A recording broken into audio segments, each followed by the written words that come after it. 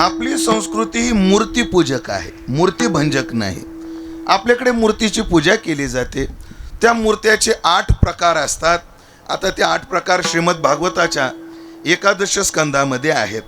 खरं तर मूर्तीचे 8 प्रकार, त्याची पूजा कशी करायची, त्याचा विधी कसा असतो, हा सगळा विचार भागवतात आहे. पण आपलं दुर्दैव आहे, हे आपल्याला भागवतात ऐकायला भेटत नाही. असो, 8 प्रकारच्या मूर्तीचा विचार आहे.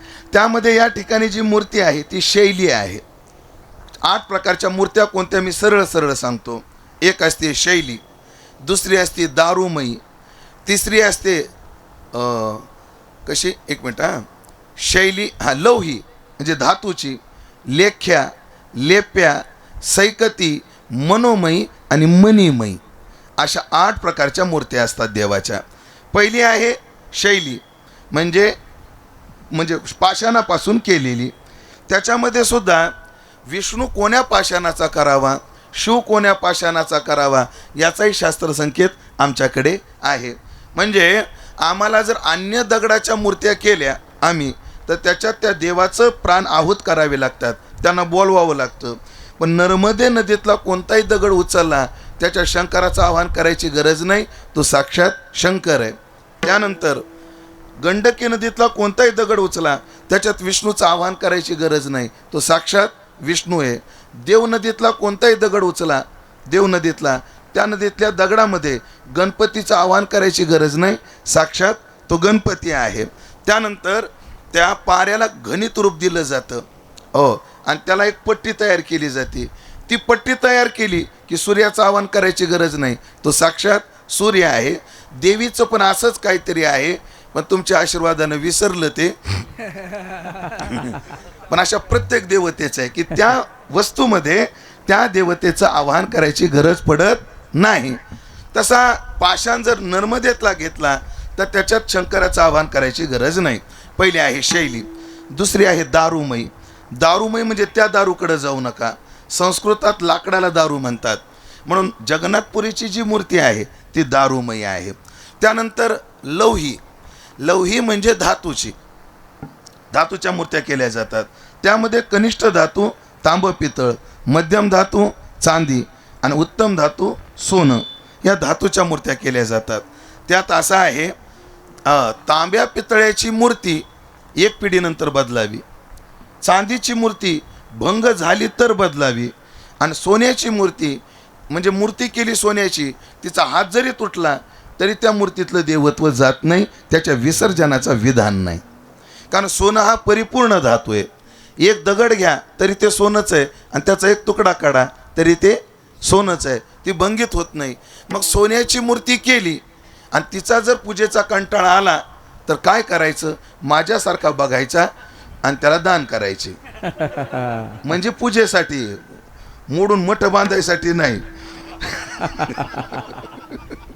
गुरुजी कशासाठी? पूजेसाठी. पूजेची आवड बघावी आणि त्याला ते द्यावं म्हणे. म्हणून असं आहे, 3 मूर्त्या झाल्या. कोणत्या? शैली, दारूमयी, लौही. लेख्या असते. लेख्या म्हणजे काय? आपल्या घरात जे आपण फोटो लावतो ना, ते सुद्धा देवाची मूर्तीच आहे.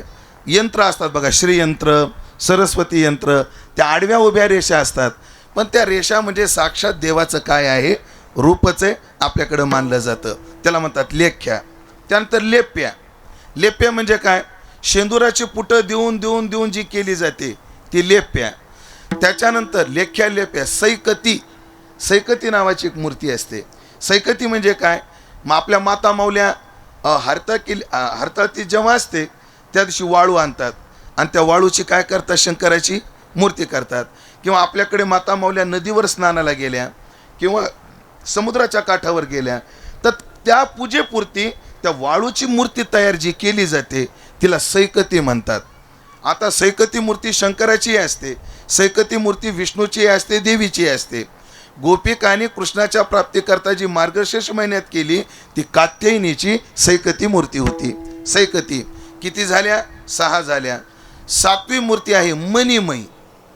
मणिमयी म्हणजे काय? रत्नाची केलेली मूर्ती.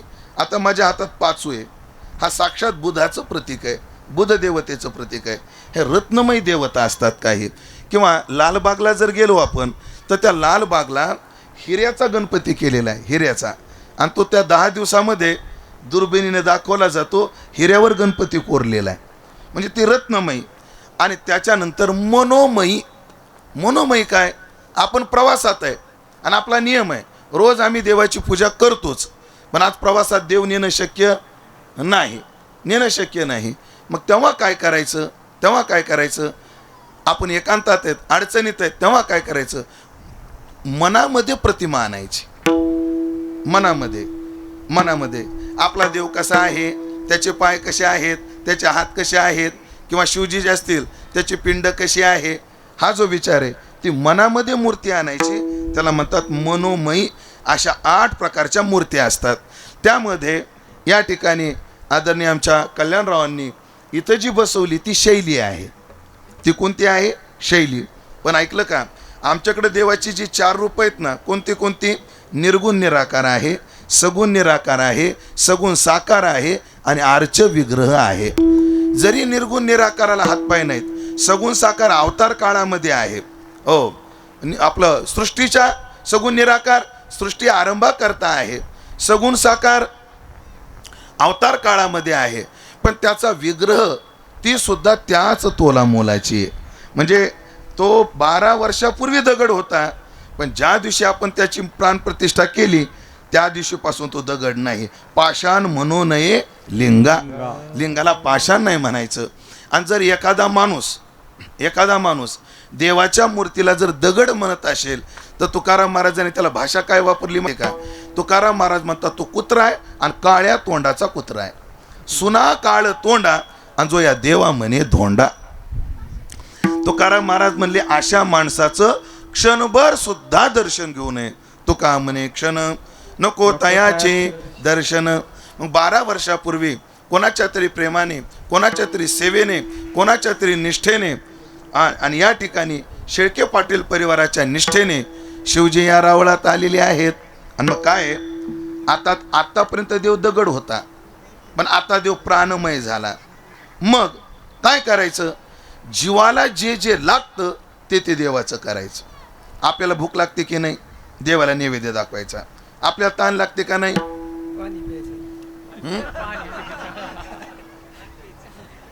आपण प्यायचं, त्याला बी पाजायचं, पाणी द्यायचं. ऐकलं का, आपल्याला वाटतं की नाही आपली खोली स्वच्छ असावी. 2च मिनिटं ऐका.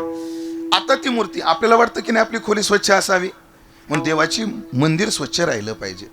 आपल्याला वाटतं की नाही आपल्या खोलीत सुगंध असावा, रूम फ्रेशनर असावं, मग देवाच्या मंदिरात दिवा बत्ती झाली पाहिजे, म्हणजे उदबत्ती लावली पाहिजे. आपल्याला वाटतं की नाही आपल्या मंदिरात प्रकाश असावा, दिवा लावला पाहिजे. आणि आपल्याला वाटतं की नाही वर्षातून एकदा का होईना पण आपल्या लोकांनी विश करावं, हॅपी बर्थडे, आहे की नाही. आपल्याला वाटतं, जीवाला वाटतं. बरेच लोक आपला वाढदिवस स्वतःचा स्टेटस स्वतः ठेवतात, फेसबुकला स्वतःचा फोटो स्वतःच अपलोड करतात आणि तिथं एक गोंडस वाक्य असतं, तुमच्या कमेंट रूपी शुभेच्छेची मला आज नितांत गरज आहे. आणि तो टाकला की माधोमारा 10 मिनिटाला किती व्ह्यूज आल्या, किती कमेंट आल्या. जसं कोंबडी अंड्यावर बसली, दिला का नाही अजून. जसं आपल्याला वाटतं वर्षातून आपला एखादा उत्सव व्हावा, तसा त्या देवतेचा काय झाला पाहिजे, उत्सव झाला पाहिजे. आदरणीय शेळके पाटील, खरं तर अनेक जण मंदिरं बांधतात आणि तुमच्याविषयी आदर वाटण्याचं कारण एक आहे, एवढ्या व्यापातला माणूस, एवढ्या उद्योगातला माणूस, आणि मला वाटतं समुद्राच्या पलीकडे राहणारा माणूस, ज्यांचे उद्योग समुद्राच्या पलीकडे, समुद्राच्या पलीकडे जाऊनही आपल्या संस्कृतीचा विसर त्यांना पडला नाही आणि आज खास करून उत्सवाकरता ते इथं आलेले आहेत. हो, हे भान राहिलं पाहिजे. कारण काय, संस्कृतीचा आत्मा संस्कार असतात आणि जपले पाहिजे, हे जपले पाहिजे.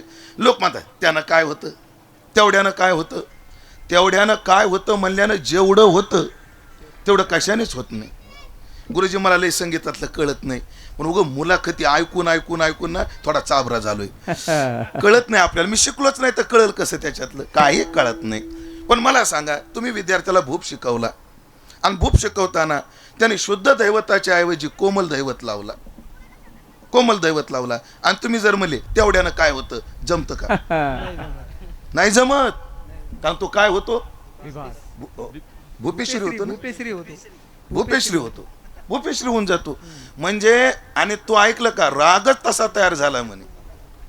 मग ते जे ज्या गायकाने तयार केलं त्यांचं नाव नाही माहित मला, ते स्वरमंडलवर गाडीमध्ये रियाज करत चालले होते भूपाचा, आणि गाडीला गचका लागला, खड्डा होता, गचका लागला, आणि ते गचका लागता लागता शुद्ध दैवताच्या ऐवजी कोमल दैवत लागला. अरे चांगला लागला. आणि मग त्यांच्या डोक्यात आलं, तिथून भूपेश्वरीचा जन्म झाला. तिथून आजकाल आम्हाला राग का सुचत नाही, रस्त्यावर खड्डे नाहीत म्हणून, आता आम्हाला बी सुचले असते. हंसाच्या आवाजातून महाराज कलाकार कसा व्यस्तो कशातून व्यस्तो सांगता येत नाही. गंमत सांगतो तुम्हाला, उगाच 2 मिनिटं घेतो. ताला करता एक आणि स्वरा करता एक उदाहरण देतो. कलाकारानं शोधत राहिलं पाहिजे कशातून काय, कशातून काय. एक लावणी आहे, बुगडी माझी सांडली ग,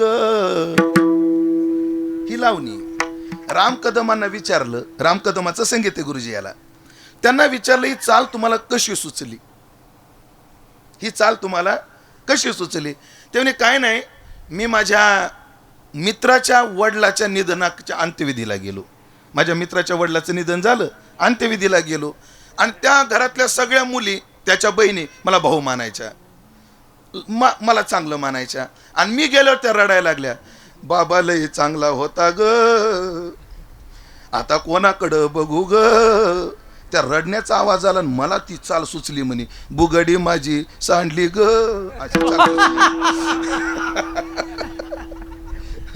म्हणून गिरिजा देवीचं वाक्य आहे, जो रो सकता है वही गा सकता है, वाह वाह, जैसे रोना आता है ना उसे गाना आता है. कशी सुचते पहा. अजून त्या राम कदमाने घटना सांगितली. संगीत क्षेत्रामध्ये राम कदम ठेका म्हणून प्रसिद्ध आहे. तो ठेका कोण्यात तालात बसत नाही, कोणता ताल नाही तो, पण ते बेताल नाही, ते बेताल नाही. त्याच्याकरता आधी संप्रदायातला इतिहास सांगतो, बरं आधी राम कदम सांगतो. तर ते संगीत क्षेत्रामध्ये तो राम कदम ठेका म्हणूनच प्रसिद्ध आहे. राम ठेका म्हणतात त्याला संगीतातली माणसं, म्हणजे हे लाईट संगीतातली, क्लासिकल नाही, लाईट संगीतातली. मग त्याला पत्रकाराने विचारले, राम ठेका कसा तयार केला तुम्ही. काही नाही म्हटले. गदिमा आणि बापूजी पुण्यामध्ये एका स्टुडिओमध्ये होते, आणि त्यांनी मला बोलवलं, आणि माझे अडचणीचं काम होतं. खिन्न अवस्थेत मी गेलो, पण त्यांचं आतमध्ये डिस्कस चालू होतं म्हणून मी गॅलरीत बसलो म्हणले. आणि ज्ञानोबाची पालखी चालली होती म्हणे. काय चालली होती, ज्ञानोबाची पालखी चालली होती, आणि वारकरी भजन करत चालले होते, ज्ञानबा तुकाराम, ज्ञानबा तुकाराम, ज्ञानबा तुकाराम. आणि त्या ठेक्याने मला आकृष्ट केलं म्हणले. मी गॅलरीतला खाली उतरलो आणि वारकऱ्यासंग चालत राहिलो, आणि त्या ठेक्यामध्ये मी चाली बांधायला सुरुवात केली म्हणे. माळ्याच्या मळ्यात कोण ग उभे, ज्ञानबा तुकाराम, वांगे तोडते मी रावचे, ज्ञानबा तुकाराम. असं तयार झालं, असं तयार झालं. आणि मग तो ठेका पुढं रामी ठेका प्रसिद्ध झाला. आता तो रामी ठेका कसा झाला त्याचा बी इतिहास एक कसा विचार आहे. आपले मारुती बाबा गुरु होते. आता मी ह्याच्यात गेलो ना, अभंग बाजूला राहतं काय की हे तुम्ही सगळे असण्याचा परिणाम आहे, माझा काहीच गुन्हा नाही, हे तुम्ही सगळे आहेत ना त्याचा परिणाम आहे. मारुती बाबा गुरु यांची चिरंजीव होती एकनाथ मास्तर. ते काळ्या टोपीवाले असायचे बघा गुरुजी. माधोबा तुम्हाला पाहिलं असं, जो मला सप्त्यात बी पकवाज वाजवायचे, म्हातारे होते, देवला राहायचे. तर ते कोणाकडे शिकले आता त्यांचं नाव मला नाही सांगता यायचं, पण गुजरातमध्ये एक पकवाजाची स्पर्धा झाली, आणि त्याचं पत्र यांच्या गुरुजीला आलं, तुमचे विद्यार्थी त्या स्पर्धेला पाठवा. मग गुरुजीने यांच्याकडून चौताल तयार करून घेतला, एकनाथ मास्तरांकडून चौताल तयार करून घेतला, तू जा आणि चौताल वाजव. हे गेले गुजरातमध्ये चौताल वाजवायला, पण ते पाहिलं तर ह्यांच्यापेक्षा तयारीनं वाजवणारे दिसले. आणि एकनाथ मास्तरांच्या लक्षात आलं आपली डाळ शिजणार नाही, हे बी कळालं पाहिजे.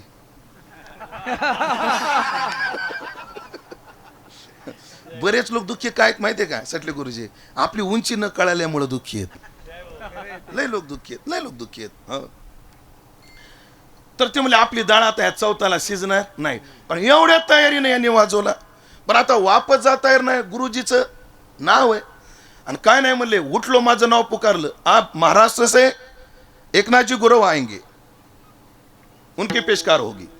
आणि मग ते उठले आणि धडधड व्हायला, आता काय करावं, एवढे तज्ज्ञ लोक आहे आणि तिथं तर वाजवायचंय. आणि काय नाही म्हणले, स्टेजची पायरी चढवता चढवता माझ्या डोक्यात ठेका आला, ज्ञानबा तुकाराम हा ठेका आला. आणि काय नाही म्हणले, पकवाजाचा ठेका धरला, ज्ञानबा तुकारामचा ठेका धरला, माझा सरपट्या मुखडे वाजिले, पडलं म्हणले वजन. ते लहरा धरणारा विचारायचं, हे कोणसा ताल आहे? ते लहरा धरणारा काय विचारायचं, ये कौन सा ताल है? ते म्हणे, वो आपका काम है, वो मेरा काम नहीं, ये बेताल है क्या? नहीं. मग ये कौन सा ताल है, वो आप ढूंढो. मग त्याच्यावर अनिल महाराज दुसऱ्या क्रमांकाचं बक्षीस घेऊन आली. एवढी ताकद ज्ञानबा तुकोबात आहे. आमच्या पूर्वजांनी सोयीनं हा ठेका काय केलेला आहे, डेव्हलप केलेला आहे. कलाकारांना असं शोधत राहिलं पाहिजे, कशात काय मिळतं. ऐकलं का? जाऊ दे आता, बस बस बस. आपली सुद्धा चौकस बुद्धी पाहिजे महाराज. कोणाकडे काय मिळतं, कसं मिळतं. मी तर ठरवलं, जे मिळतं ते घेत राहायचं. सादर करता देवाने आवाज दिला नाही आपल्याला या जन्मात. देवाने मला आवाज देताना लय कृपणता दाखवली. आणि ऐकलं का पाटील, नको तिथं मोकार उदार झाला बघा. देवाला काय काय गोष्टी कळत नाही, काय करावं आता. जिथं उदार व्हायची तिथं कृपण झाला, नको तिथं मोकार उदार झाला. आता काय सांगावं तुम्हाला. आमचे संजय महाराज, माधव महाराज जे गाऊ लागले, असं वाटतं गाडी समृद्धी महामार्गावर चालली, कुठंच स्पीड ब्रेकर नाही. आणि आम्ही म्हणू लागलो, असं वाटतं प्रधानमंत्री ग्राम सडक योजना आली वाटतं. असं घेत राहिलं पाहिजे. तेवढ्यानं काय होतं, इथून चाललं होतं आपलं. तेवढ्याने काय होतं, जर गुरुजीने दुर्लक्ष केलं, त्या विद्यार्थ्यांनी भूपामध्ये शुद्ध दैवताच्या ऐवजी कोमल दैवत लावला आणि दुर्लक्ष केलं तर काय होतं, अरे काय होतं, अरे काय होतं, बिघडतं, रागच संपून जातो. हे ध्यानात ठेवा. मग लोक म्हणतात, त्यानं काय होतं, त्यानं काय होतं. असं म्हणायचं नाही. एकदा मूर्ती आपण ठेवली आणि त्याची उपासना केली नाही आणि ह्यांची उपासना करत राहिलो, त्यानं काय होतं, अरे काय होत नाही म्हणजे, शेण जर पडलं तर ते माती घेऊन उठतं, ते माती घेऊन उठतं, असा नियम आहे. आणि आम्ही संस्कारानं काय होतं याच्याकडे जर दुर्लक्ष करू लागलो, एक दिवशी संस्कृती संपून जाईल. ध्यानात ठेवा. गोड घटना सांगतो, मला स्वाभिमान आहे या गोष्टीचा. या गोष्टीचा मला काय स्वाभिमान आहे. भारतामध्ये, मी कुठं म्हणतोय, भारतात चांदीचा व्यापार एक नंबर.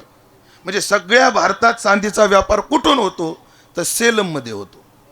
सेलम म्हणजे तामिळनाडूमध्ये सेलम नावाचं गाव आहे. चांदीचा व्यापार तिथून होतो, सेलममधून. आणि मला सांगायला अजून अभिमान वाटतो, त्या सेलम म्हणजे पूर्ण भारतात चांदीच्या व्यापाराचं प्रमुख केंद्र आहे सेलम. सेलम. आणि त्या बाजारपेठेमध्ये सगळं वर्चस्व आपल्या महाराष्ट्रीयन लोकांचं आहे. कुठं? सेलममध्ये. आणि त्यांनी आपल्या पोरांना पुढच्या संस्कृतीचा अभ्यास व्हावा, कळावा म्हणून 12 वर्षापूर्वी सप्ताह चालू केलाय. कुठं? सेलमला. सेलमला. त्याचा यावर्षी तपपूर्ती होता. त्या तपपूर्तीच्या कीर्तनाला मी गेलो होतो. बरं, माणसं चांदीच चांदीच. आपल्या महाराज लोकांना लई चांदी करून घेतली तिथं. असं सांगण्याचं तात्पर्य, हे संस्कार जपले पाहिजे. म्हणून कुवेत सारख्या संपन्न देशात राहू नये, त्या ठिकाणची संपन्नता पाहू नये, ज्यांच्या वृत्तीने आपली शिव उपासना सोडली नाही. याच्याकरता एकच आहे, निगमानंद बाबाची आणि नगद नारायणाची कृपा त्यांच्यावर आहे. म्हणून हे संस्कार टिकून आहेत. 12 वर्ष झालं आपण ज्यांची सेवा करतो ते नेमके कोण आहेत यांचा परिचय झाला पाहिजे. नियम असा आहे, बाईला नवरा कळालाही पाहिजे आणि बाईला नवऱ्यावर प्रेमही पाहिजे, तर संसार चांगला होतो. बाईचं नवऱ्यावर प्रेम पाहिजे आणि बाईला नवरा कळाला पाहिजे. हे खैरं भांड किती पाण्यात आहे. पतीचं ज्ञान आणि पतीविषयी प्रेम असल्याशिवाय संसार होत नाही. मालकाबद्दल नोकराला माहिती पाहिजे आणि प्रेम पाहिजे. आता आपल्या क्षेत्रात बोलतो, कसं आहे, पहिला दृष्टांत पक्का आहे, गरजेचा तोच आहे. पण माझ्या आश्रमाची मला काय येते, मर्यादा येते, लईच किता येत नाही. पुन्हा लोक शंका घेतात.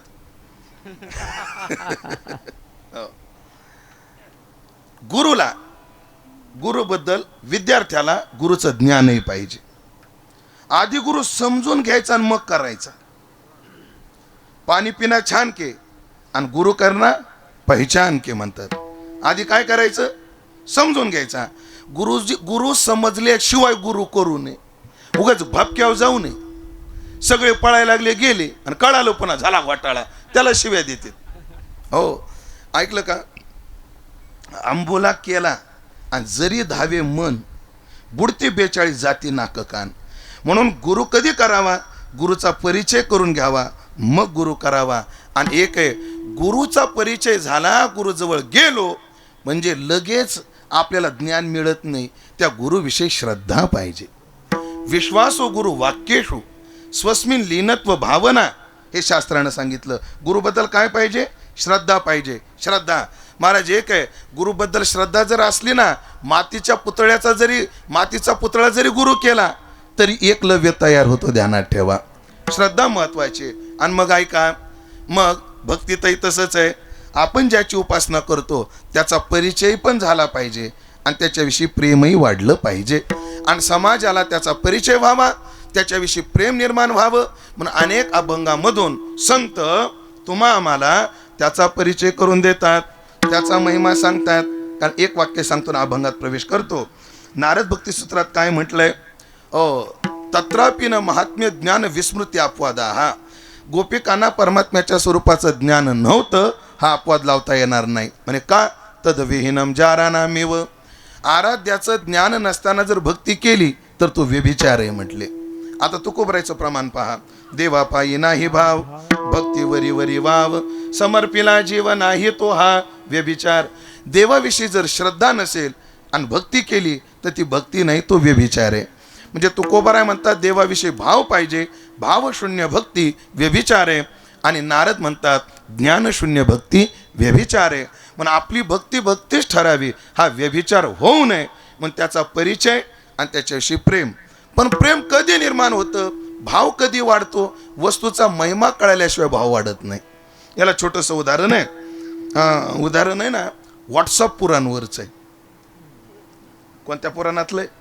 व्हॉट्सअप पुराणमधलं आहे, पण लय गोड आहे. ऐका. एक पोरगा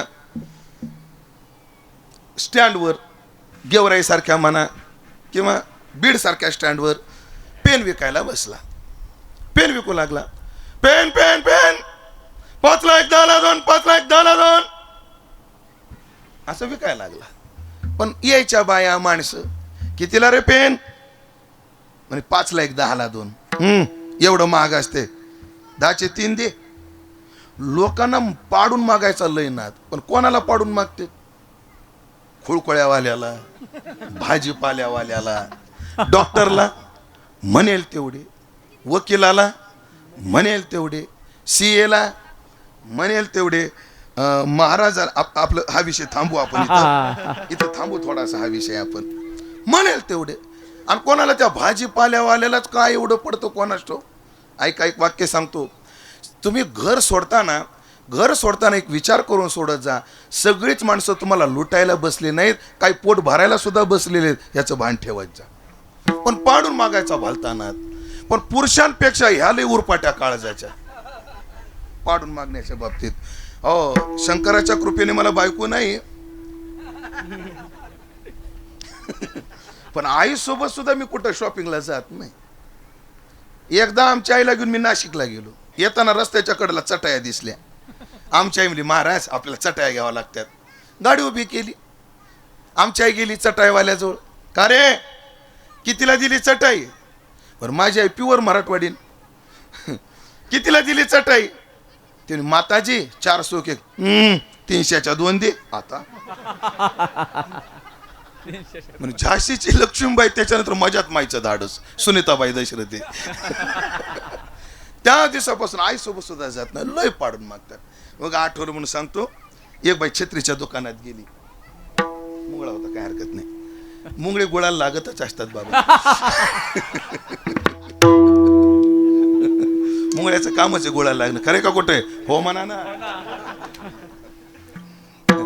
एक बाई छत्रीच्या दुकानात गेली. म्हणजे का रे बाबा, कितीला दिली छत्री? म्हणे मावशी 100ला 1. लुटाय बसला काय? 50ला दे. मावशी 50ला काय येतं, चला तुमचं राहू द्या माझं राहू द्या, 80ला घ्या, मग 40ला दे. हा मावशी तुम्ही काय काय काय कळतं का, तुम्हीच 50 म्हणल्या आता 40 म्हणता. इकडं पामले भवानीचं गिराईक आहे, मला कटकट घालायचे नाही, तुम्ही 50ला म्हणल्या ना, 50ला तर 50ला. ती म्हणली मग 25ला दे. ते दुकानदार चिडला, दुकानदार म्हणला 25 तरी कायला देते, फुकट नाही ना, मग 2 दे म्हणली. लय लोकाला पाडून मागायची सवय. ते पेनवाला ध्यानात ठेवा, ते पेन विकायचं नाही. बाजूला एक सोन्याचं दुकान होतं, लय गोड. आणि सोन्याचा दुकानदार त्या पोराकडे पाहिलं. ए पोरा इकडे, सकाळपासून तू इथे शाळेत नाही जात का तू? जातो म्हणले मालक. गेला नाही? काय करू मालक, फी भरायला पैसे नाहीत. आई वडील गेले म्हणे. आई वडील नाही? कोणीच नाही का तुला? आजी आहे, मोलमजुरी करते आणि पोटापुरतं कमवते म्हटले. थांब मी देतो. नाही म्हणले सावकार, ठरवलंय थोडं जगल पण स्वाभिमानानं जगल, भीक मागून जगणार नाही, मी माझे कमवेल. अरे पण कधी काय करा सावकार म्हणले, 5ला विकला तर मला रुपया उरतो म्हणले, आणि लोक 10चे 3 मागतात, कसं विकू, मला काय उरणार आहे? ते म्हणले थांब, तुला एक बरं माझे घेऊ नको, पण तुझ्याच पेनची किंमत तेवढी आली तर काय हरकत आहे? म्हणजे कसं काय? आण म्हणले पेन, हे माझ्या दुकानात. त्याचं दुकान आवरलं, पेन घेतला, थोडासा मळवला, आणि एक वेलवेटच्या मैरबीत जिथं ब्रासलेट गंठण ठेवलं जातं त्याच्यात पेन अडकून ठेवला. जे ते यायचं आणि विचारायचं, हा दुकानदार हे पेन इथं कसं काय ठेवला? म्हणजे कुठे ठेवायला असा तसा पेन आहे काय म्हणला. म्हणजे काय पेनाची विशेषता आहे? हा पेन म्हणले तोय भारत जेव्हा स्वतंत्र झाला त्याची लिखापडी या पेननं झालेली आहे म्हणला. हा तुम्हाला कस काय भेटला? लंडनहून आणला म्हणले. म्हणजे मला द्या ना, मला फार आवड आहे जुन्या वस्तूच्या संग्रहाची. नाही म्हणले विकाय नाही आणला. असं ताणल्याशिवाय रेट वाढत नाहीत महाराज. मी पेनचं बोलायला लागलोय. हा पेनचं बोलायला लागलो. विकायला नाही आणला, वेळच नाही आपल्याकडं, रिकामपणच नाही आपलं. विकायला थोडीच आणला म्हणले. अहो तसं नाही सावकार, तुम्ही मी शेजारी शेजारी एका गल्लीतली माणसं, तुमच्या घरात राहिला काय माझ्या घरात राहिला काय, मला जुन्या वस्तूचा संग्रह द्या राव द्या राव द्या राव. त्याचा आग्रह पाहून चांगलं ताणून घेतला आधी त्याला, आणि मग त्याला विचारलं देईल बाबा, पण मी काय फुकट नाही आणला, फुकट देऊ शकत नाही. घ्या ना म्हणले, काय किंमत आहे? म्हणजे आलेल्या किमतीत, ह्याच्यात मला काही कमवायचं नाही. म्हणतात इंग्रजीत काही काही शब्द सायलेंट असतात, मराठीत वाक्य सायलेंट असतात. जेव्हा दुकानदार म्हणतो ना ह्याच्यात मला काही कमवायचं नाही, तेव्हा त्याच्यात एक अख्खं वाक्य सायलेंट आहे, मी तुम्हाला चुना लावलेला आहे. वाक्य त्याच्यात काय आहे? सायलेंट आहे. हो सायलेंट सायलेंट. काय किंमत आहे? म्हणजे 25,000. 25,000. लगेच त्यानं खिशातून 25,000 काढले, त्याला दिले. त्याला पेन मिळाल्यामुळे तो आनंदात गेला. दुकानदाराला सज्जन होता बिचारा, त्यानं ते 25,000 पोराला दिले. पोरगा निघून गेला. पोरगा निघून गेला, दुकानदार सुद्धा जेवणाची वेळ झाली, तोही निघून गेला, आणि ते तिघही निघून गेल्यामुळे माझा दृष्टांत संपला. आता मला एकाच वाक्यात सांगा, पेनाचा भाव काय? 5 रुपये. पण त्याच पेनाचा 25,000 भाव कसा काय गेला? कसा काय गेला? कसा गेला? त्याच एक कारण आहे, पेनचा महिमा कळाला. महिमा कळाला. आणि परमार्थामध्ये महाराज प्रेम महत्वाचं आहे, वस्तू नाही. संसारात क्रिया महत्वाची, परमार्थात क्रिया महत्वाची नाही, तुमचं प्रेम महत्वाचं आहे. तो का म्हणे, येते भावची कारण येतो भक्ती एकमी जाणे, ते साने थोर न म्हणे, आम्ही भावाचे पाहुणे भलतया हो. ऐकलं का मंडळी?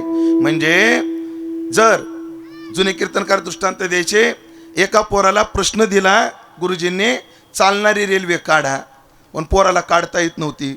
पोरग जरा चाबरं होतं, हुशार नाही चाबरं. हुशार वेगळं चाबरं वेगळं महाराज. हुशाराला उत्तर देता येतात आणि चाबऱ्याला वेळ मारून नेता येते. हुशार माणसाला वेळ मारून नेता येत नाही. हो चाबरं लागतं त्याला वेळ मारून न्यायला. पोरग जरा चाबरं होतं. पोरानं काय केलं, स्केच पेन घेतला, एक डोंगर काढला, त्याला एक बोगदा काढला, आणि त्या बोगद्याला नावही दिलं मिसिंग टावर. त्याला नाव बी दिलं. तिथून 2 पटऱ्या ओढल्या गुरुजी आणि तिथे एक वाक्य लिहिलं, गुरुजी रेल्वे चालूच आहे, सध्या बोगद्यात गेलेली आहे. आणि प्रश्न काय, चालणारी रेल्वे काढा, रेल्वे चालूच आहे, सध्या बोगद्यात गेलेली आहे. शेवटी गुरुजी ते गुरुजी, जरी ह्याच्यात खिशात 5G तरी हा गुरुजी. गुरुजीनं खाली वाक्य लिहिलं, बाळा रेल्वे बोगद्याच्या बाहेर येऊ दे, मगच मार्क देऊ. थांबू तोपर्यंत आपण थांबू. इथं भावनेला किंमत नाही, इथे रेल्वे आहे ह्याला भावनेला किंमत नाही. परमार्थात तसं नाही. शंकराला बिल्वदळ फार आवडतं, ते नाही मिळालं आणि निरगुडीचा पाला जरी घेतला आणि त्याच्या डोक्यावर टाकलं की माथा पडता पाला आणि तेने सांभ संतोषला. भाव महत्वाचा आहे. आणि मग एका भावाची कारण तुका माने आन विठोबाची, तुका माने आन विठोबाची. काही नगे एका भावाची कारण तुका माने आन विठोबाची, तुका माने आन विठोबाची. काही नगे एका भावाची तुका म्हणे आन विठोबाची, तुका म्हणे आन विठोबाची, आन विठोबाची, आन विठोबाची. मी देवाची शपथ घेऊन सांगतो, काही नलगे एक भावचे कारण. भावेची सिद्धी, भावेची सिद्धी भरपूर प्रमाणात. मग आपली भक्ती ज्ञान शून्य होऊ नये, आपली भक्ती प्रेम शून्य होऊ नये, याकरता नाथ महाराज 12 वर्ष आपण ज्याची सेवा करतो आहोत त्याचं ज्ञानही देतात, त्याचा परिचय देतात आणि त्याचा महिमाही सांगतात. पण कसं सांगतात, ज्याचे पाय माझ्या चित्तात आहे, अर्थात 12 वर्ष झालं आमच्या चित्तात जो आहे, 12 वर्ष झालं आम्ही ज्याची उपासना करतो आहोत त्याचा आधी परिचय करून देतात. परिचयाचे 3 अंग असतात, रूप परिचय, स्वरूप परिचय आणि स्वभाव परिचय. माणसाचं रूप परिचय, रूप परिचय कसा आहे, भस्म उटेरुंड माळा, हाती त्रिशूळ नेत्री ज्वाळा, गज चर्म व्याघ्रांबर, कंठी शोभे वासुकी हार, भूते वेताळे नाचती, हर्षयुक्त उमापती. हा त्याचा रूप परिचय. सर्व सुखाचे आगर मने नरहरी सोनार, हा त्याचा स्वरूप परिचय. तर त्या देवाचा स्वभाव परिचय काय आहे, स्वभाव कळणं लय गरजेचं असतं. बऱ्याच वेळेला लोक प्रभावानं जवळ येतात आणि स्वभावानं दूर जातात. काय काय नावं कीर्तना सांगता येत नाहीत. बस सांगतो, महाराज त्यांचं कीर्तन असलं की लोक लाखानं जमायचे, हजारानं जमायचे. कीर्तन चालू झालं, त्या काळामध्ये रेकॉर्डिंगची मोबाईलची सोय नव्हती, हे कॅमेरे नव्हते, वॉकमन टेप होते. महाराज त्यांचं कीर्तन असलं 250 टेप बाजूला असायचे. किती? 250 त्या काळात. मी तुम्हाला 95 ते 2000च्या मधला काळ सांगतोय. 250 टेप असायचे. पण लोक त्यांच्या गाडीत बसत नव्हते, त्यांच्या जवळ जात नव्हते, स्वभाव भलता कुचळ होता.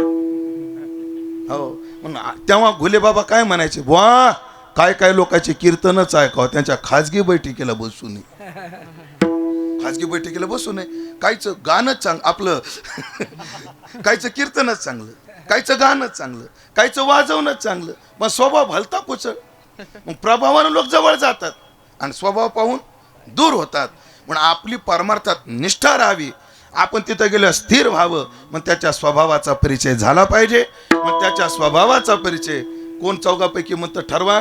एक जण म्हणा, शिव भोळा चक्रवर्ती, शिव भोळा चक्रवर्ती, शिव भोळा चक्रवर्ती, शिव भोळा चक्रवर्ती, शिव भोळा चक्रवर्ती, शिव भोळा चक्रवर्ती, शिव भोळा चक्रवर्ती, शिव भोळा चक्रवर्ती, शिव भोळा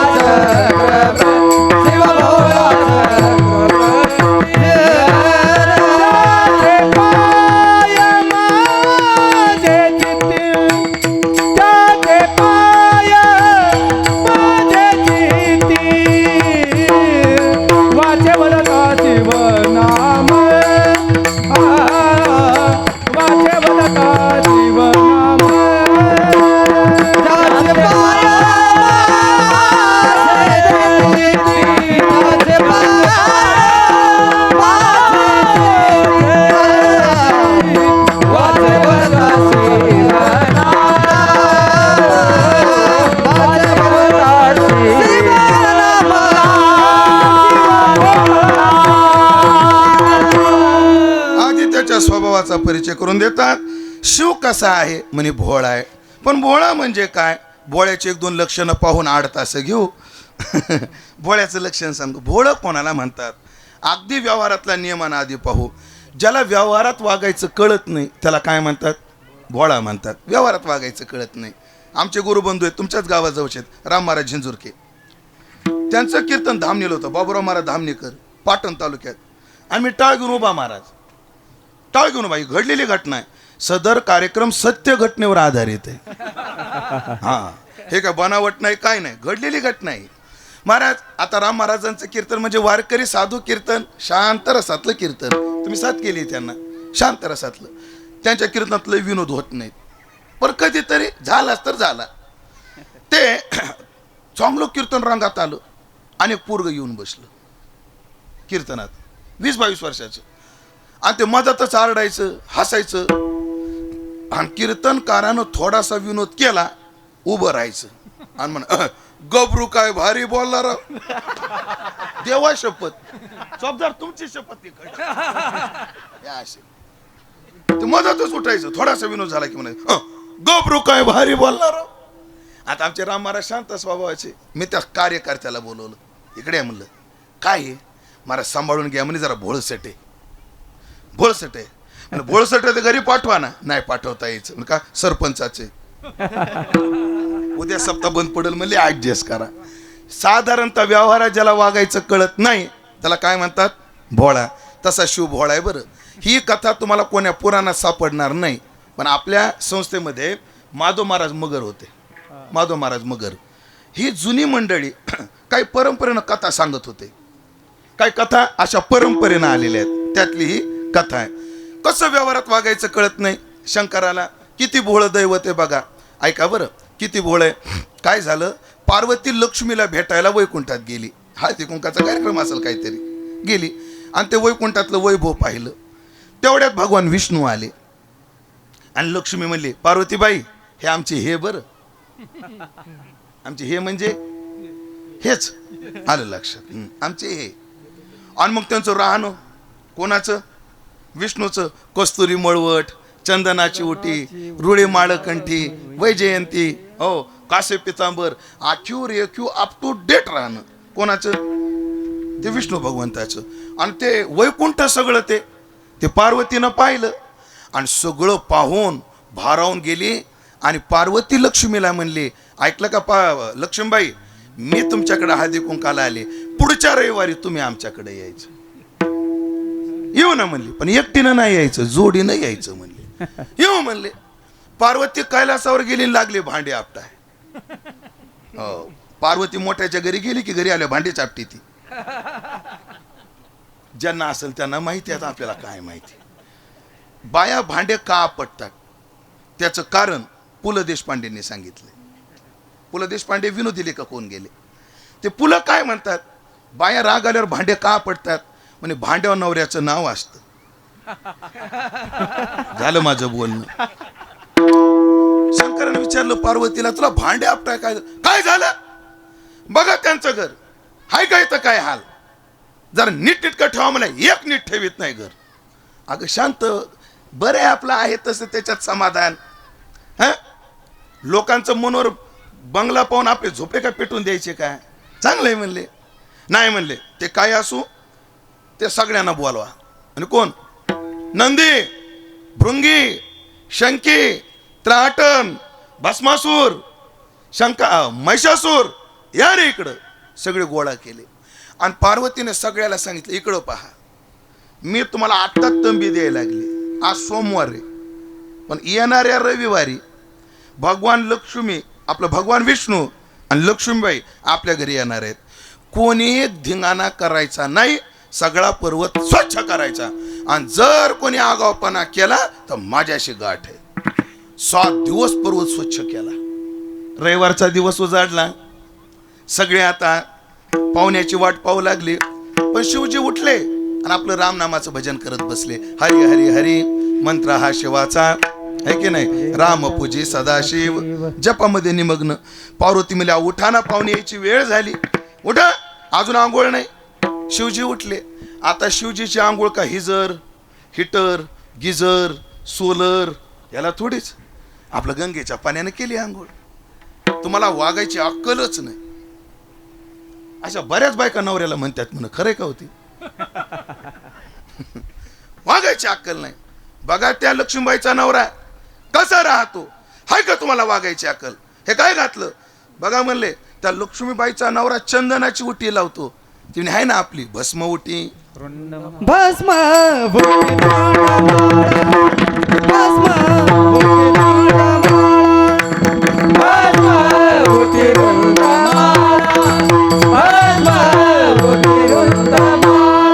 हाती त्रिशूळने त्रिज्वाळा, हाती त्रिशूळने त्रिज्वाळा, गज चर्म व्याघ्रांबर, गज चर्म व्याघ्रांबर, हाती त्रिशूळने त्रिज्वाळा, हाती त्रिशूळने त्रिज्वाळा, गज चर्म व्याघ्रांबर, गज चर्म व्याघ्रांबर.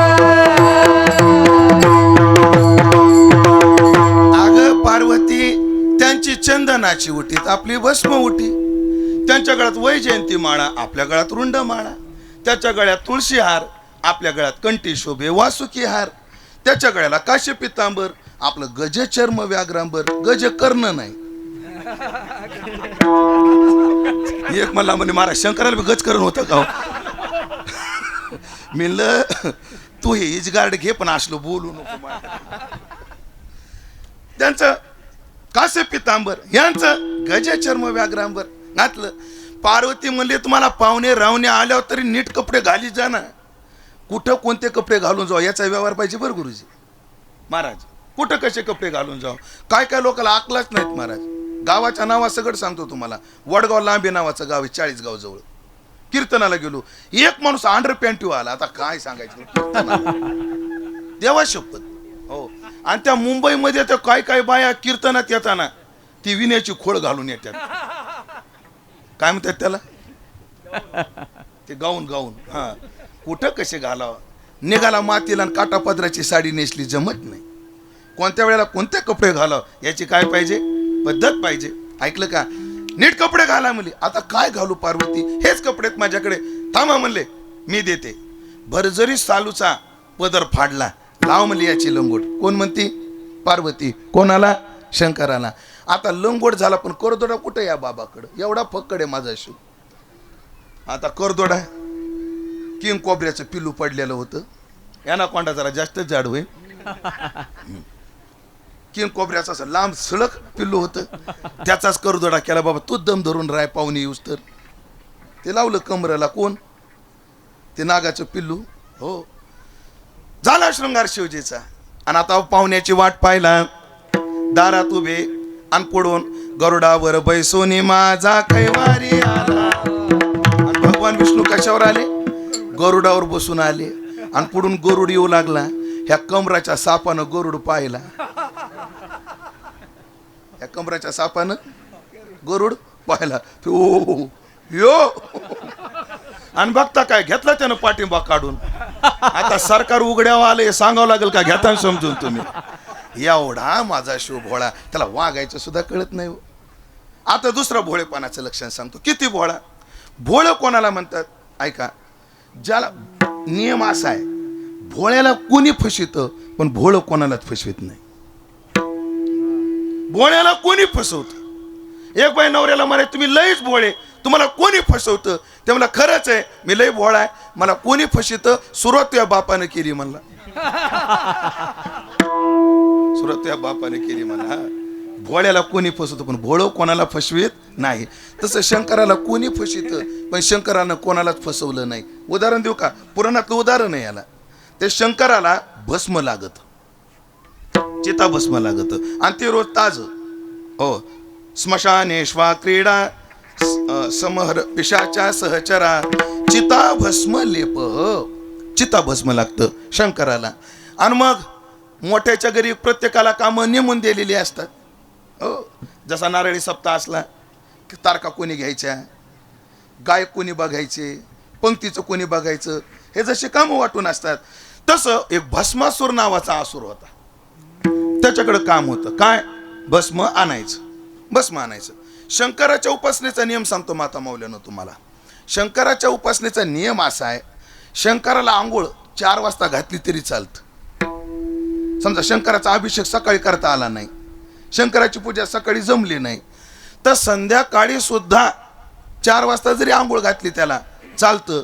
पण नियम असा आहे, आंघोळ झाली लगेच भस्म नैवेद्य दाखवावा लागतो. आंघोळ घातली 4ला म्हणजे सकाळी 7ला आणि नैवेद्य जर 10ला दाखवला तर भगवान शिवजी कोपतात. मग शंकराच्या पिंडीवर पाणी घातलं, जे असेल ते, साखर तर साखर आणि धोत्र्याचं बोंड असलं तरी चालतं, पण ते पाहिजे. कोणाला? शंकराला पाहिजे. काय आहे, शंकराच्या अंगावर साप खेळतात, हे विज्ञानानं सुद्धा सिद्ध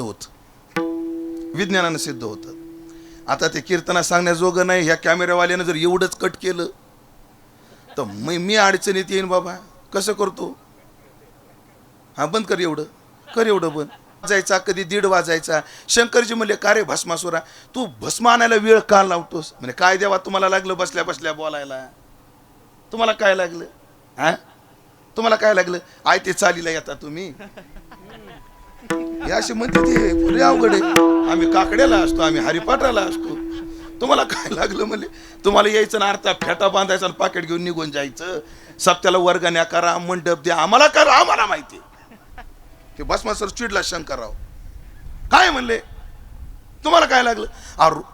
हे कोणी हात देत येतच पाटील? हा, तांदळा. रोजच तांदळ्यात माणूस मरण कशावरून? कधी कधी माणूस मेलेलं पाहिला 3 तरवणीला जावं लागत. मातुरीला येऊ का नको? कधी मातुरीला जावं लागत, कधी निमगावला जावं लागत. निमगावच ना, निमगावला जावं लागत. जाऊ द्या बाबा, कधी मानवतला जावं लागत. रोजच काय जवळचा माणूस मरत नाही. मग भस्मासुराला लय ताण होतो का रे तुला? हा ना, म्हणले तुम्हाला काय लागलं? तुला एक वरदान देतो म्हणे. काय? तू एक करत जाय. काय? तू ज्याच्या डोक्यावर हात ठेवशील तो भस्म होत जाईल म्हणले. जर जवळ कोणी मेलं नाही, आपल्या मांदळ मोही आणि पाथर्डीच्या पट्ट्यात जर कोणी मेलं नाही आणि भस्म तर आपल्याला ताजं लागतं, तर तुला वरदान असं देतो, तू ज्याच्या डोक्यात हात ठेवशील त्याचं भस्म होईल. तू आण जा म्हणले. भस्मासूर खुश, तथास्तु.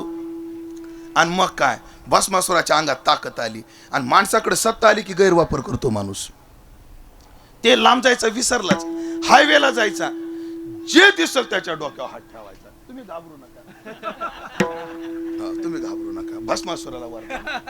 मग जे दिसल ते, कीर्तन केसरी लगेच डोक्यावर हात, वेदांताचार्य लगेच डोक्यावर हात, हमका तमका आचार्य, ते कोणीच बघा ना. सगळे लोक त्रस्त झाले. काय करावं या भस्मासुराला? कसं करावं? नारदाने एंट्री केली.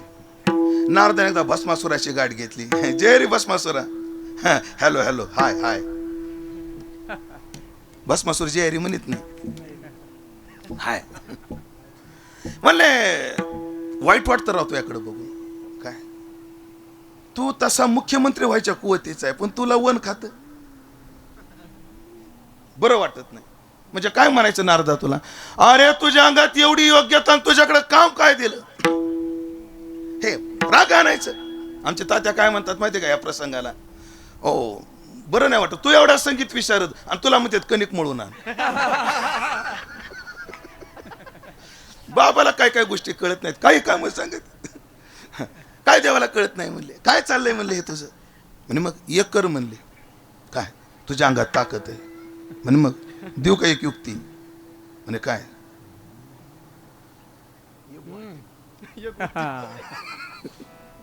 म्हणजे अरे एक कर म्हणले, शंकराच्या डोक्यावर हात ठेव म्हणे, मग तो भस्म होईल. कैलासाचा राजा तू, मी, हा पार्वती तुला, त्रिभुवन सुंदरी, हा हो. आणि भस्मासुराला लगेच पटतास. भस्मासूर गेला महाराज. दुसऱ्या दिवशी दुपारची 11 वाजले. भस्मासुरा 11 वाजले, अन्न भस्म नाही म्हणले. देवा तास आहे अजून, बसा शांत. अरे 11:30 वाजले, अर्धा तास आहे म्हणले. अरे 11:15 झाले, 15 मिनिटं आहेत म्हणला. अरे 11:55 5 मिनिटं आहेत म्हणला. अरे वाजले ना 12. बरं मला भाई माग सारायला लागला. शंकराच्या लक्षात आलं. बरं शंकरानं वरदान देताना एक पोटकलम टाकायचं ना, मी वजा करता. पोटकलम काय पाहिजे होतं, मी वजा करता. पण एवढं भोळं देऊन टाकलं महाराज, वरदान देऊन टाकलं महाराज. जेव्हा भस्मासूर माग लागला, पुढं शंकर माग भस्मासूर, पुढं शिवजी मागे भस्मासूर. शेवटी विष्णूचा दावा केला. विष्णूने एका मोहिनीचं रूप धारण केलं आणि भस्मासुराकडे पाहिलं. भस्मासूर म्हणला, हु आर यू? कोण तू? म्हणे मी मोहिनी. का फिरायला लागली? मला लग्न करायचंय म्हणले. मला नवरदेव शोधायला निघाले. म्हणे कसा पाहिजे?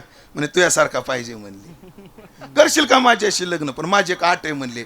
माझा नियम असा आहे, व्यवहारात कशी जोड लावतात, डॉक्टरनीला डॉक्टर, मास्तरनीला मास्तर, महाराजनीला आपलं महाराज, नर्सला नर्साळ, आपलं वार्ड बॉय.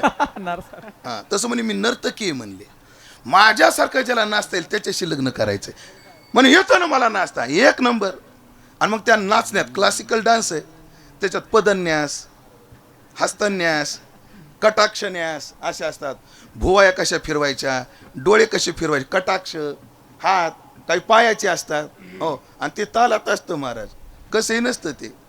जेव्हा सितारा देवी, बिरजू महाराज यांचं जेव्हा आम्ही पाहतो तेव्हा कळतं. आणि मग त्या नाचण्यामध्ये पर्ण असतात, जे आता कीर्तनात वाजवायला लागले ना ते पर्ण. आणि त्या पर्णावर त्या नाचण्याची सुद्धा बंदिश काय केली जाते, बांधली जाते नाचण्याची सुद्धा. आणि मग तिनं पदन्यास केले. ह्यानं पाय हलवायला सुरुवात केली. पदन्यास नंतर कटीन्यास असतो. कंबर कशी हलवायची, कंबरा नाही ती माझ्याकडे बघायला लागली म्हणून सांगितलं, बाकी काही नाही. कंबर हलवायला सुरुवात केली. हाताचे हावभाव, हळूच हात खांद्यावर घेतला आणि असं त्या भस्मासुराला मोहिनीनं मोहित केलं. नाचता नाचता तिने डोक्यावर हात ठेवला. कामातुरानां भयम न लज्जा. भस्मासुराने स्वतःच्या डोक्यावर हात ठेवला आणि बघता काय झाला ना, कोळसा त्याचा. हा भस्मासूर. मला सांगायचं काय, यानं शंकराला फसवलं, पण शंकरानं याला फसवलं नाही. भोळा आहे. आता शेवटचं लक्षण भोळ्याचं आणि काना आडतास. देवा शपथ, भोळ कोणाला म्हणतात? भोळ पाणी संपलं काय? काय उष्णता आहे, एक तर कफ आहे, आणि ते मला कोरड कशामुळे, वारं बोलताना काय होतं, कोरड पडते तोंडाला. आणि डॉक्टरांनी मला सांगितलंय घसा कोरडा झाल्यावर बोलायचं नाही. हो ना, देवा शपथ, घसा ओला करायचा पाण्यानं.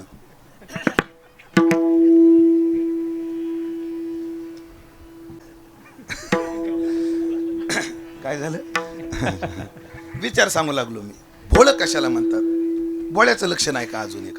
काय, लहान लेकरं भोळे असतात. एक पाहुणा घरी आला आणि घरी आल्यावर बाईला वाटतं पाहुण्याने लेकराचं कौतुक करावं, लेकराचं आता 10-5 ठेवा आणि ठेवलं पाहिजे महाराज. ज्यांच्या घरात लेकरं आहेत त्या घरात जाताना खायला तरी काहीतरी न्यावं, नाही तर लेकराच्या हातात ठेवा. हा काय आहे? व्यवहार आहे. आणि व्यवहार कोण पाळतं? ब्रह्मचारी साधू पाळतात. महाराज चंद्रशेखर महाराज, एकनाथ महाराज देगलूरकरांना उशिरा झाले. कस्तुरे शास्त्री नाव आहे का? कस्तुरे शास्त्री, रंगनाथ गुरुजी परभणेकर आणि गोरे शास्त्री गप्पा मारत बसले. आणि त्यांना कळालं एकनाथ महाराजाला पोरगा झाला, म्हणजे शेखर महाराज झाले तेव्हाची गोष्ट. आणि मग एकनाथ महाराजाला पोरगा झाला, मग पाहायला जाऊ. कोण कोण निघाले? कस्तुरे शास्त्री, रंगनाथ गुरुजी परभणेकर आणि गोरे शास्त्री. पण रिकामी आता लेकराकडे कसं जायचं? मग त्यांनी हरिभाऊ आनंदा पाटील आपले भाऊ आहेत ना, भाऊंकडे पैसे दिले. तिघांना 3 चांदीच्या डब्या आणल्या लेकराच्या हातात द्यायला. आणि मग त्या चांदीच्या डब्या घेऊन गेले. तिघांना 3 डब्या शेखर महाराजाच्या आईच्या हातात दिल्या. त्या 3 डब्या शेखर महाराजाकडे अजून आहेत. म्हणजे हे ब्रह्मचारी महात्मे, विरक्त महात्मे सुद्धा हा व्यवहार सांभाळत होते. लहान लेकराला काहीतरी दिलं पाहिजे. आणि मग काय झालं, ते पाहुणा तसाच निघाला, ते काही द्यायचं ना. अशी बाई चिडली आणि त्या बाईनं राग लेकराव काढला, त्याला घेतला चिमटा. कोणाला? लेकराला. ते लेकरू लागलं रडायला. ते रडायला लागलं आणि ही त्या लेकराला म्हणते, गा बस, पाहुण्याला पैसे मागायचे असते. कोणाला? ह्या लेकराला न बस पाहुण्याला पैसे मागायचे असते. मारा त्या पाहुण्याच्या लक्षात आलं लेकराच्या हातात काहीतरी द्यायचं राहिलं. पाहुण्याने पॉकेट काढलं, पण त्याचं नशीब असं फुटकं महाराज, 100ची नाही, 50ची नाही, निदान 200ची तरी असावं. संजूबा सगळ्या 500च्याच. पण पाऊल बी मागं टाकता येईना. त्यानं 500ची नोट जड अंतकरणानं त्या लेकराच्या हातात दिली. आणि बाई एकच गोष्टीची वाट पाहू लागली, पाहुणा रस्त्यावर कवा जातो. पाहुणा रस्त्यावर गेल्या बरोबर ही बाई त्या लेकराला दे, बाळू तो कागद इकडे दे. पोरग बी लय पक्क, कारण याच हँडसेटचं सिम कार्ड काकाने मला दिले. ते नोट दाबायला लागलं, नोट दाबायला लागलं. बाई लय हुशार. बाई घरात गेली ने गुळाचा खडा आणला. गुरुजी काय आणला? गुळाचा खडा. बाळू चॉकलेट आपलं खाऊ खाऊ.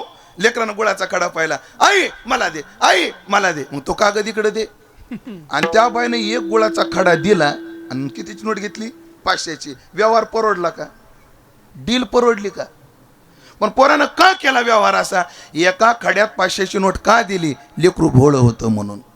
ते जर चॅप्टर असतं तर खडा काय घेऊन बसली, गावात गेल्यावर पाठ ढेपी येते त्याच्या.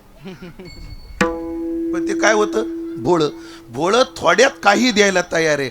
तसा शिव कसा भोळा आहे? एक प्रमाण म्हणतो, ऐका, एक पसा पाणी एक बिल्व दळ, पूजन सकळ सोपे बहु. या शंकराला एक पसाभर पाणी द्यायचं आणि एक बेलाचं पान द्यायचं, त्याच्या मोबदल्यात तो काहीही द्यायला तयार आहे. म्हणून शिव भोळा आहे, शिव भोळा आहे. आपण ऐकलं का? मला वाईट वाटतं कधी कधी. मी कोणाच्या विरोधक नाहीये. आमच्या नामदेवरायांनी 700 वर्षापूर्वी सांगून ठेवलं कृष्णा महाराज काय, की शंकराला एक तांब्या पाणी, एक पसा पाणी आणि एक बिल्व दळ लागतं. पण आम्हाला पटलं नाही. प्रदीपजी मिश्रा आणावं लागले तेव्हा ह्या बायाला पटलं. संतांचं पटलं नाही, त्यांचं पटलं. बरं त्यांचं एवढं पटलं. आमच्या गावात गावाच्या बाहेर एक महादेव आहे, त्याच्यावर जाळे पडायचे. आमच्या गावातला माणूस म्हणला, महाराज ह्या परभणीला म्हणले प्रदीप मिश्राची कथा झाली, ह्या शंकरावर जाळे पडत होते म्हणले. अशा बायाची रिग आहे म्हणले, आपल्या गावचा महादेव आता शेवाळला आहे म्हणले. पण सांगायला कोणी यावं लागलं बाहेरचं. चला त्यांच्या का निमित्त कोणाकाच्या कोंबड्यानं व्हायना, पण उजडलं बस. असा हा भोळा आहे. आणि अशा शंकराचे पाय डायरेक्ट शेवटचं चरण म्हणू आता वेळेच्या मर्यादेत का. म्हणा एक एकेरी म्हणायचं का? काना काना. हा जे जे राहिले त्यांनी एक नंबर घ्या. एक मिनिट मी तिथं जातो आधी. असा जो भोळा आहे, शिव आहे, त्याचे पाय माझ्या चित्तामध्ये मी धारण केले. हा झाला त्याचा परिचय. आता त्याचा महिमा आहे का? आता त्याच्या नामाचा महिमा काय? वाचे वदता शिव नाम, वाचे वदता, वाचे वदता शिव नाम, वाचे वदता, वाचे वदता शिव नाम, वाचे वदता, वाचे वदता शिव नाम, वाचे वदता, नयन बाधी क्रोध काम,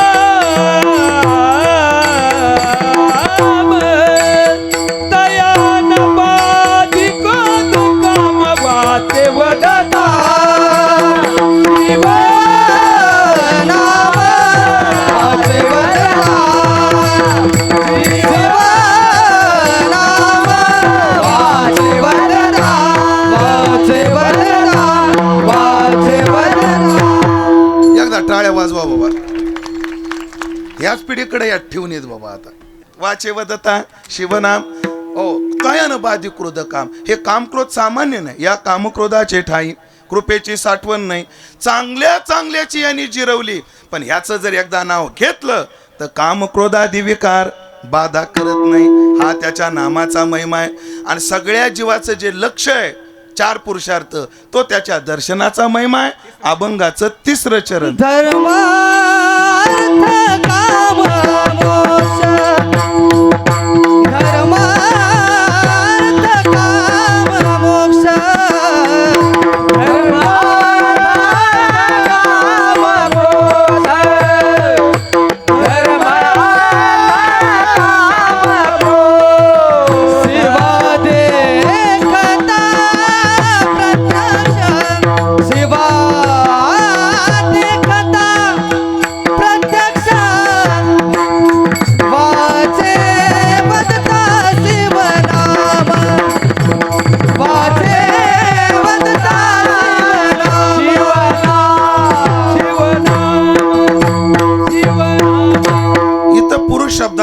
आहे जीव. पुरुषार्थ शब्दामध्ये पुरुष शब्दाचा अर्थ काय? जीव. आणि जीव जेवढ्या इच्छा करतो त्या इच्छेचा अंतर्भाव 4 इच्छेमध्ये आहे.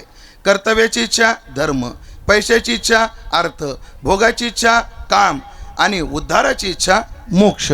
आणि हे 4ही पुरुषार्थ ज्यांचं नुसतं दर्शन घेतलं तरी प्राप्त होतात, असा त्याच्या दर्शनाचा महिमा आहे. ठीक आहे महाराज, मोक्ष प्रारब्ध भोग संपल्यावर होईल, पण तोपर्यंत आम्हाला जगायचंय. तोपर्यंत आम्हाला, ऐकलं का, आपलं स्वर्गमय जीवन 2 शब्दानं नरकमय बनवलंय. ते 2 शब्द कोणते आहेत? चिंता आणि भीती. चिंता आम्हाला अप्राप्त विषयाची आहे आणि भीती आम्हाला प्राप्त विषयाची आहे. उदाहरणार्थ, सत्ता येईल का नाही, येईल का नाही, आज चिंता आहे. निकाल लागला असेल आता, शेवटचा आला का? हां, काय आला?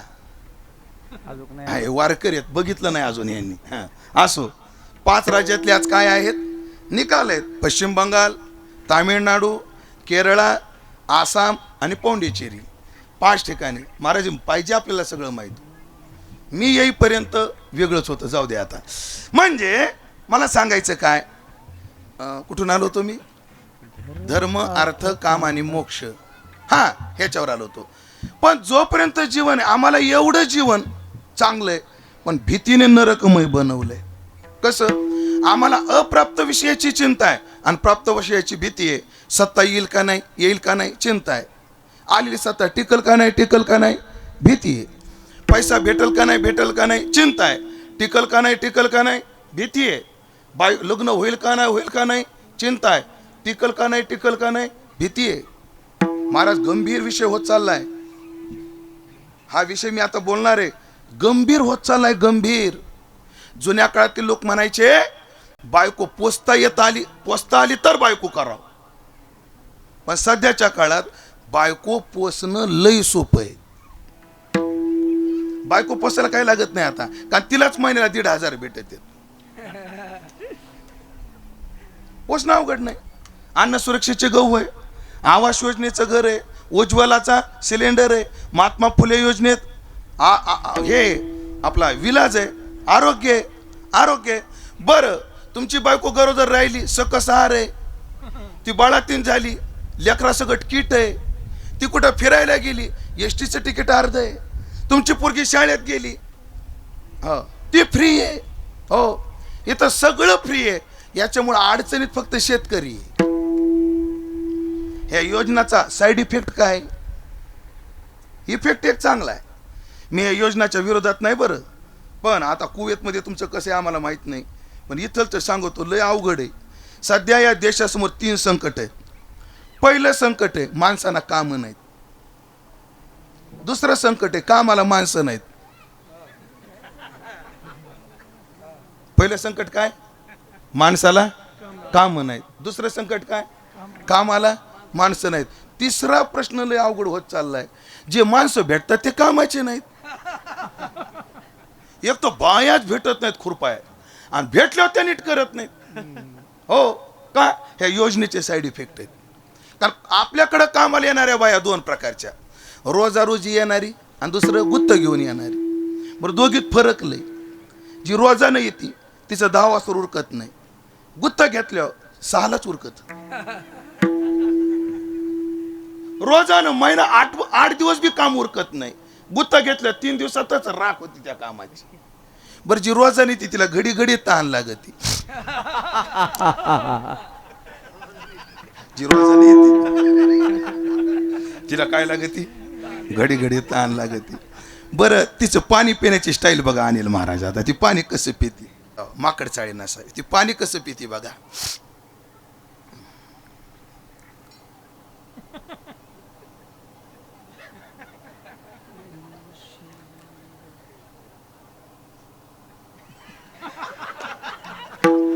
उरका म्हणायची हिम्मत नाही, निघाल्या दुसऱ्याच्या रानाला. अवघड आहे महाराज, लय अवघड. मी बी शेतकऱ्याचे लेकरू आहे.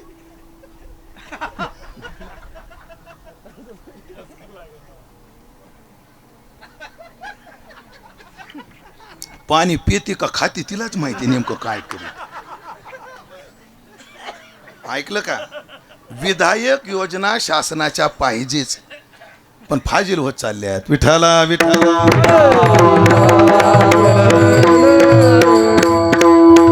हो ऐकलं का? सांगायचं काय? हो म्हणून बायको पोसणं सोपं आहे. पुढचं वाक्य गंभीर नाही का? सांभाळणं अवघड आहे. सांभाळणं अवघड आहे. आणि मग अप्राप्त विषयाची चिंता, मिळाली त्याची भीती. मग महाराज भीतीचं काय? अरे हा छाटछूट भीती सोडा. एका जनार्दनी शिव, एका जनार्दनी शिव, जनार्दनी शिव, एका जनार्दनी शिव. दिवाळी काळी काळा